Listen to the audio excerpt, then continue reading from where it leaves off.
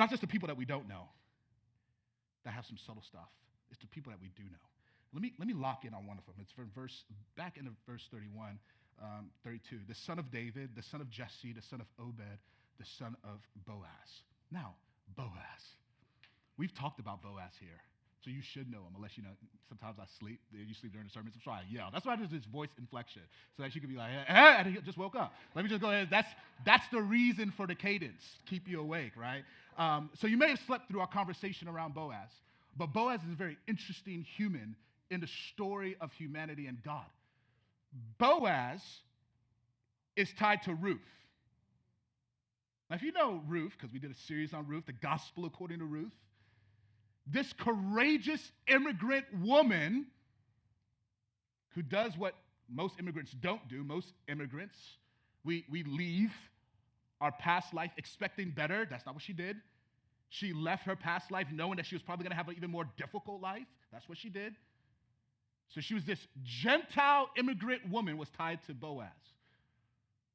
Boaz's mom was a sex worker, prostitute, Rahab. Now, that may not hit you, but let me go and say it. I grew up, so my parents were immigrants, Nigerian, African, and growing up, I got into a lot of fights, and the fights were around two issues. The first issue was my name. There's a lot of things that you could rhyme with Muche, so let me just go ahead and say that. And so,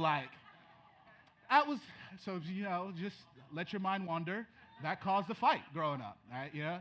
The second issue was my mom, right? And so, they'd be like, you're African, you're light-skinned. Those don't exist. So your mom must have cheated on your dad.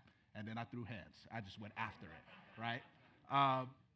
But no matter where you grew up, when you start talking about somebody's mom, that's like a no-fly zone. You know what I mean? It's like instant, let's go. Yeah, could you imagine, being Boaz? Yo, your mom was a prostitute, man. Yeah, she was. Yet Jesus including her in this line. This is so fascinating to me.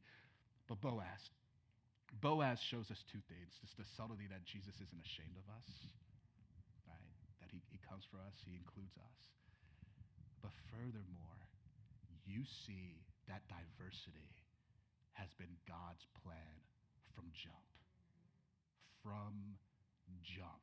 Genesis 12, God gives this promise to Abraham. He says, after the nations tried to come against me, Genesis 11, Tower of Babel, and he says, from the nations, I'm going to grab one man to bless the nations, to have a promised seed from all peoples. This is Genesis 12, beginning of your Bible. Then you get to the end of the Bible in Revelation 7, and it says this. I said it in the prayer, but let me say it again. After this, I looked, and behold, a great multitude that no one can number, from every nation, from all tribes and peoples and languages, standing before the throne and before the Lamb, clothed in white, with palm branches in their hands, and crying out with a loud voice, salvation belongs to God, who sits on the throne, and to the Lamb. Revelation 7, 9 through 10. A people from all people has always been the plan.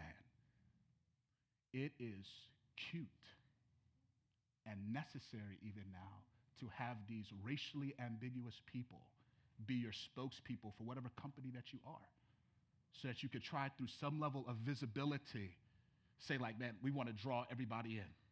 And so essentially what it is it's man-made diversity. Diversity's been God's plan. This room is glorious and gorgeous. Different shades, different ethnicities. This is the plan of God.